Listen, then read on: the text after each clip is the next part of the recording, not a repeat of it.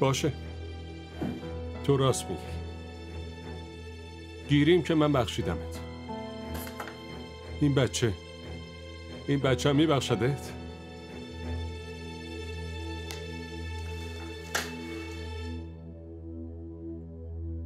نکن آیاز. باشه، نمیتونم این سالها رو جبران کنم، ولی ببین، اگه بخوای از حالا به بعد